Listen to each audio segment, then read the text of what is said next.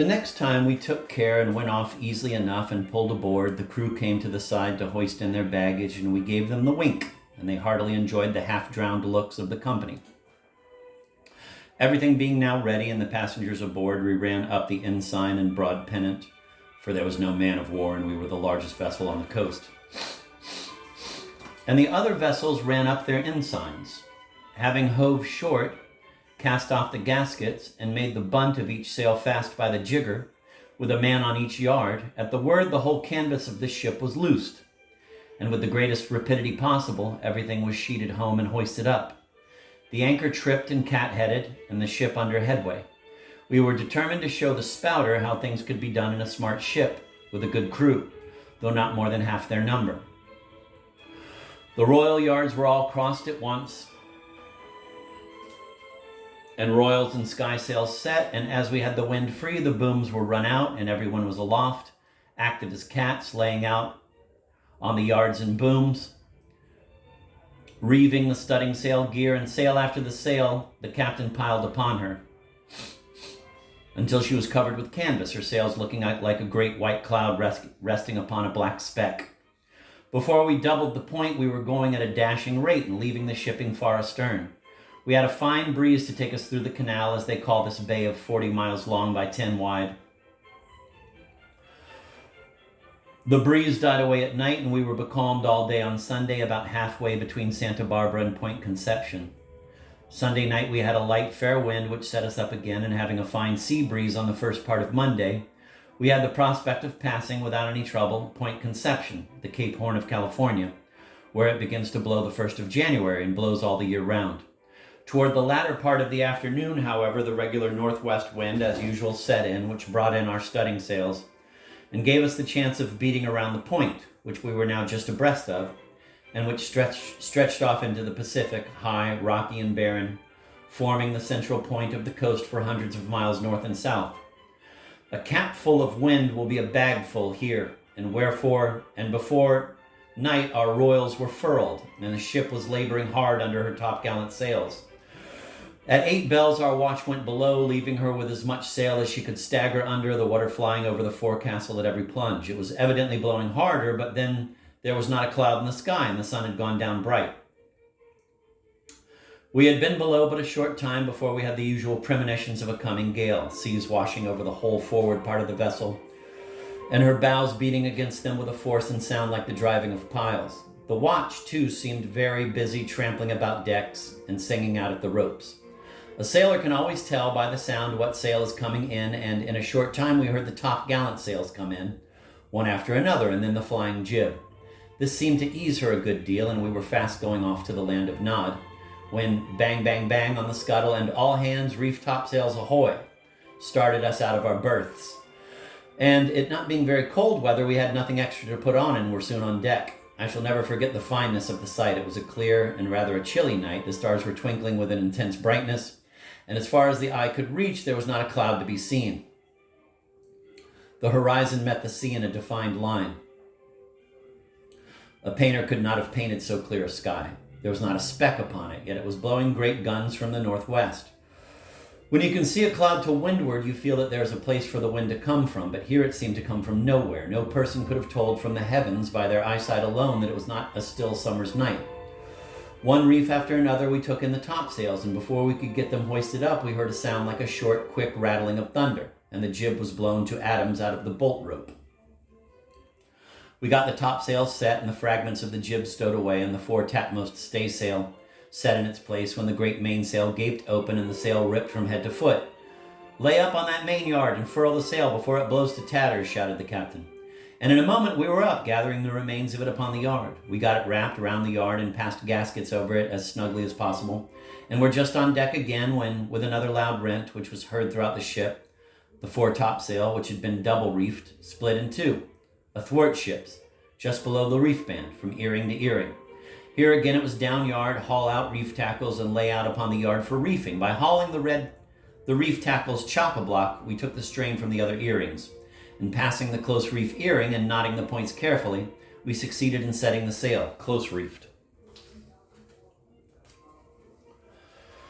We had but just got the rigging coiled up, and we were waiting to hear go below the watch when the main royal worked loose from the gaskets and blew directly out to leeward, flapping and shaking the mast like a wand. Here was a job for somebody. The royal must come in or be cut adrift, or the mast would be snapped short off. All the light hands in the starboard watch were sent up, one after another, but they could do nothing with it. At length John, the tall Frenchman, the head of the starboard watch, and a better sailor never stepped onto a deck, sprang aloft, and by the help of his long arms and legs succeeded, after a hard struggle, the sail blowing over the yardarm to leeward and the skysail blowing directly over his head, in smothering it and frapping it with long pieces of sinnet. He came very near being blown or shaken from the yard several times, but he was a true sailor, every finger a fishhook. Having made the sail snug, he prepared to send the yard down, which was a long and difficult job, for frequently he was obliged to stop and hold on with all his might for several minutes, the ship pitching so as to make it impossible to do anything else at that height. The yard at length came down safe, and after it the fore and mizzen royal yards were sent down. All hands were then sent aloft, and for an hour or two we were hard at work, making the booms well fast, unreeving the studding sail and royal and skysail gear, getting rolling ropes on the yard, setting up the weather breast backstays, and making other preparations for a storm. It was a fine night for a gale, just cool and bracing enough for quick work without being cold, and as bright as day. It was sport to have a gale in such weather as this. Yet it blew like a hurricane. The wind seemed to come with a spite, an edge to it, which threatened to scrape us off the yards. The mere force of the wind was greater than I had ever seen it before, but darkness, cold, and wet are the worst parts of a storm to a sailor.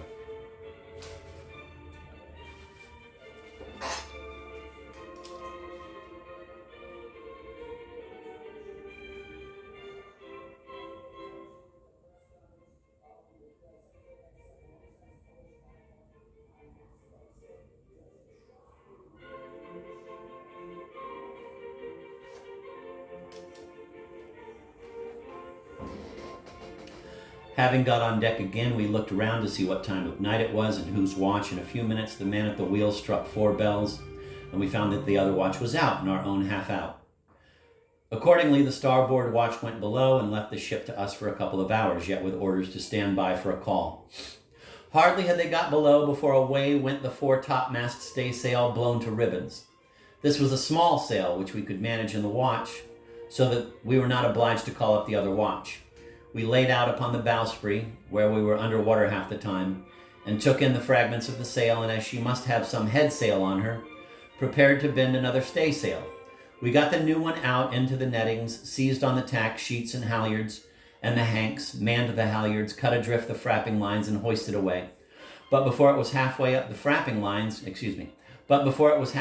stay, it was blown all to pieces. When we belayed the halyards, there was nothing left but the bolt rope.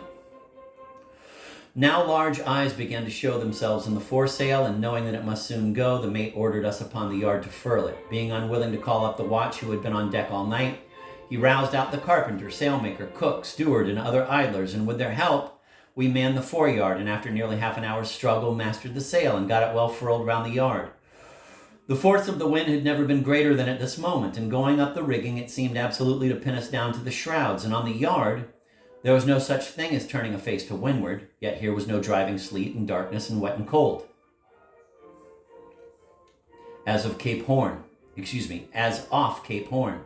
And instead of a stiff oilcloth suit, southwester caps, and thick boots, we had on hats, round jackets, duck trousers, light shoes, and everything light and easy.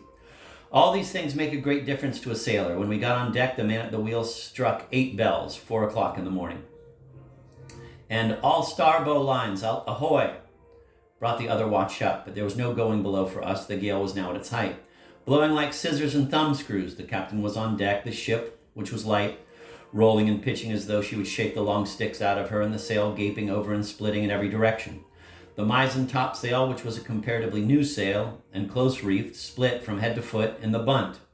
The fore topsail went in one rent from clew to earring and was blowing to tatters. One of the chain bobstays parted, the spritsail yard sprung in the slings, the martingale had slewed away off to leeward, and owing to the long dry weather, the lee rigging hung in large bights at every lurch. One of the main topgallant shrouds had parted, and to crown all, the galley had got adrift and gone over to leeward, and the anchor on the lee bow had worked loose and was thumping the side. Here was work enough for all hands for half a day. Our gang laid out on the mizzen topsail yard, and after more than half an hour's hard work, furled the sail, though it bellied out over our heads, and again, by a slant of the wind, blew in under the yard with a fearful jerk, and almost threw us off from the foot ropes.